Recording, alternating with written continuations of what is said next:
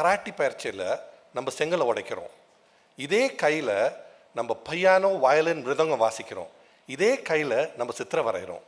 நீங்கள் ஒரு மெஷினை இந்த மாதிரி தயாரிக்கணுமன்னா அது சம்பவமாக நினச்சி பாருங்கள். இப்போ இந்த கையை நடத்துறது நம்மளோட மூளை. உலகத்தில் இருக்கிற சிறந்த சூப்பர் கம்ப்யூட்டர் கண்ணா வேகமானது. இப்போ நம்ம ஆடியன்ஸில் எத்தனையோ பேர் டிரைவ் பண்ணுவீங்க, வண்டி ஓட்டுவீங்க. நீங்கள் நினச்சி பாருங்கள், சில டைம் வீட்டிலேருந்து கிளம்புறீங்க, எப்படி போகிறீங்க என்ன பண்ணுறீங்கன்னு தெரியாது, ஆஃபீஸில் போய் சேர்ந்துடுறீங்க. நீங்கள் யோசிக்கிறப்போ சப்கான்ஷியஸாக நீங்கள் வண்டியில் உட்காரப்போ மிச்ச வண்டிங்க ரோட்டில் இருக்கிற வேகத்தை பார்த்து உங்கள் வண்டி வேகத்தை கண்ட்ரோல் பண்ணி டிராஃபிக் லைட்டை உங்களை நிறுத்தி இதெல்லாம் பண்ணுறப்போ கரெக்டான லெஃப்ட்டு கரெக்டான ரைட்டு கரெக்டான வழியில் கூட்டிகிட்டு போய் உங்கள் ஆஃபீஸில் இறக்கி விடுது. இதை ஒரு கம்ப்யூட்டர் ப்ரோக்ராம் எழுதணும்னா எத்தனை பக்கம் எழுதணும், எத்தனை வருஷம் எழுதணும்.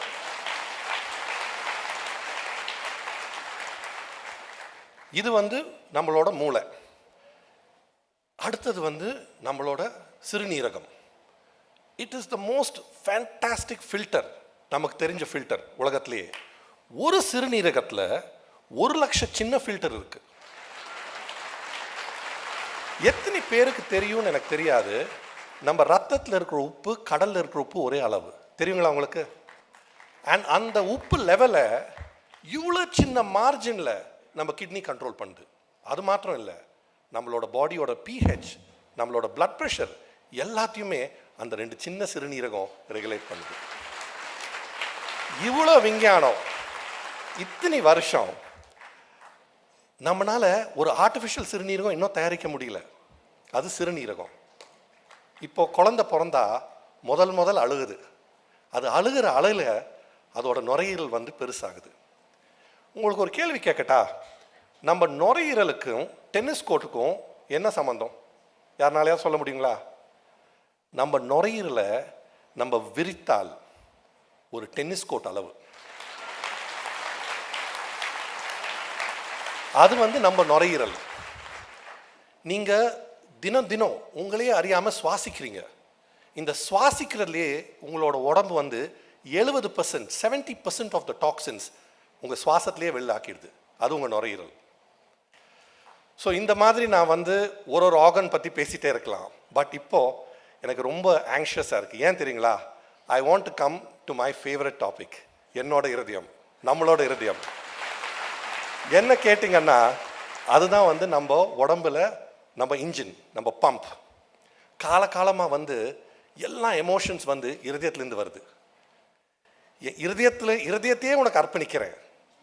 இதுல எல்லாம் அர்த்தம் இருக்கா அர்த்தம் இல்லையான்னு யோசிக்கிறதுக்கு முன்னாடி நான் இருதயத்தை எப்படி பார்க்குறேன்னு ஒரு நிமிஷம் உங்களை காட்ட விரும்புகிறேன்.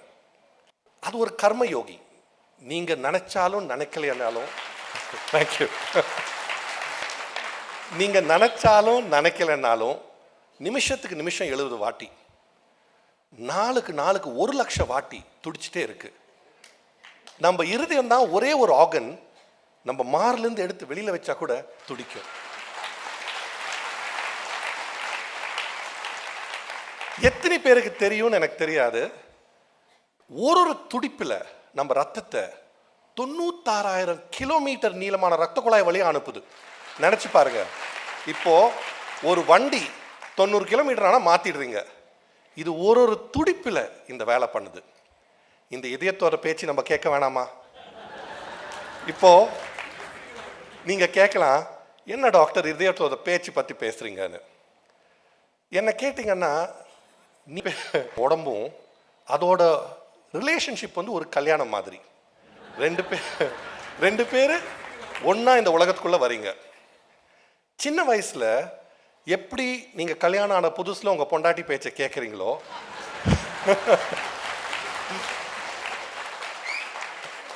சின்ன வயசில் நீங்கள் உங்கள் உடம்போட பேச்சு கேட்குறீங்க.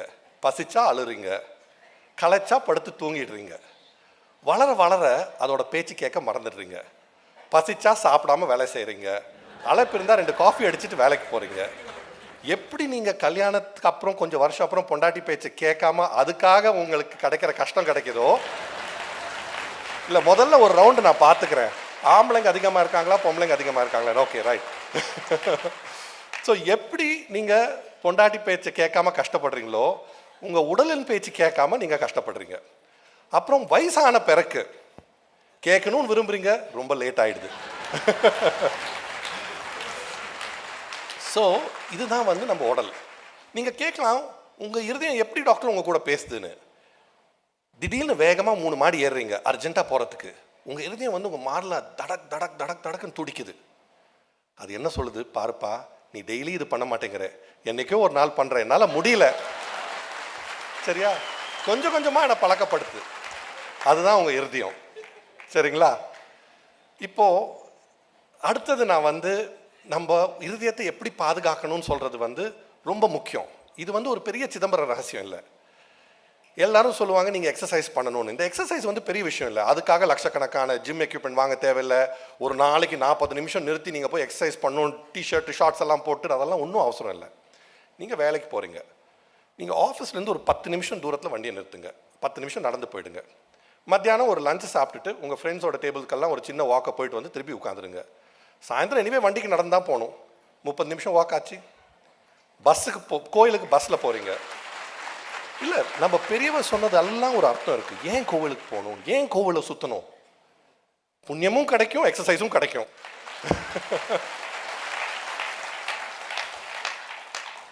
So it is very simple, சரிங்களா? இப்போ அடுத்தது வந்து நம்ம இருதயத்தை பற்றி பேசியாச்சு. உங்கள் குடும்பத்துக்கு நீங்கள் கொடுக்கக்கூடிய மிகப்பெரிய அன்பளிப்பு என்னன்னு உங்களால் சொல்ல முடியுமா? நான் வந்து கேட்குறேன். நீங்கள் நினைக்கலாம் உங்கள் பொண்டாட்டிக்கு இஷ்டமான அந்த நகை, இல்லாட்டி உங்கள் டீனேஜ் பையனுக்கு தேவைப்பட்ட அந்த கார், இல்லாட்டி உங்கள் குடும்பத்துக்கு தேவைப்பட்ட அந்த வீடு.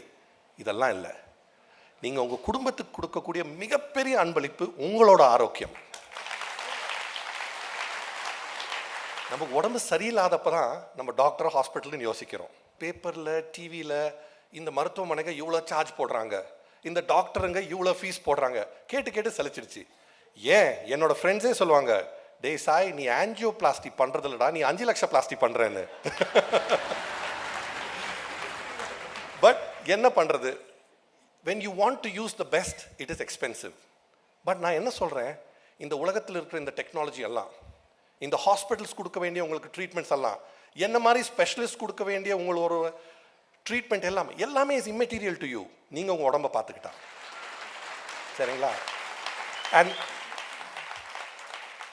அண்ட் இதுக்கு வந்து ஒரு 5 ரூல். எவ்வளோத்துக்கு எவ்வளோ நடக்கிறீங்களோ அவ்வளோத்துக்கு அவ்வளோ என் மாதிரி ஆள்கிட்டேருந்து தப்பிச்சிருப்பீங்க. எவ்வளோத்துக்கு எவ்வளோ கம்மியாக சாப்பிட்றீங்களோ அவ்வளோத்துக்கு அவ்வளோ மருத்துவமனையிலேருந்து தூரமாக இருப்பீங்க. எவ்வளோத்துக்கு எவ்வளோ சிரிக்கிறீங்களோ அவ்வளோத்துக்கு அவ்வளோ லாங் லைஃப் இருக்கும் உங்களுக்கு. 7 மணி நேரம் படுத்து தூங்குங்க. இப்போ உங்களுக்கு மலேரியா ஜுரம் இருந்தால் உங்களுக்கு ஜுரம் இருக்கும், கால் உடஞ்சா வலி இருக்கும். நான் ஒன்று கேட்குறேன், சுகரோ பிபி இருக்கிற பேஷண்ட்ஸுக்கு உங்களுக்கு தெரியுமா, இருக்கிற சுகர் பிபியில் 2 பேருக்கு ஒருத்தருக்கு தான் தெரியும் அவங்களுக்கு வந்து சுகர் இருக்குன்னு. ஏன்னா எந்த சிம்டம் இல்லை. அதனால் வருஷத்தில் ஒரு வாட்டி போய் ஒரு செக்அப் பண்ணிக்கோங்க, அவ்வளோதான். 5 simple rules to good health. என்னோட பாட்டி இறந்தப்போ அவங்களோட வயசு 92. என்னை செல்லமாக சாயின்னு கூப்பிடுறாங்க.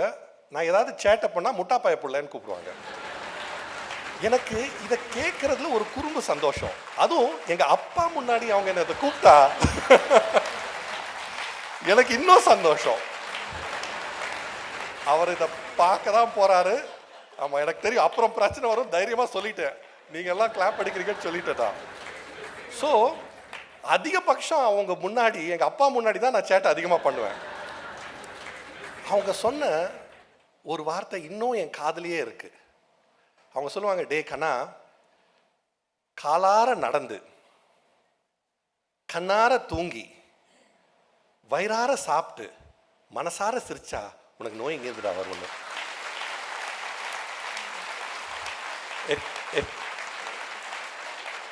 It was such a fabulous audience. It was such a pleasure being here. Thank you so much for listening to me. Miga nandri. Thank you. Doctor Sai Satish அவர்களுக்கு எங்களுடைய மனப்பூர்வமான நன்றியும் வாழ்த்துக்களும். எல்லாரும் அந்த 5 ரூல் ஃபாலோ பண்ணுவோம் இல்லையா? கண்டிப்பாக முக்கியமாக ஸ்டூடெண்ட்ஸ்கிட்ட கேட்குறது, அந்த 5 ரூலை எல்லாருமே ஃபாலோ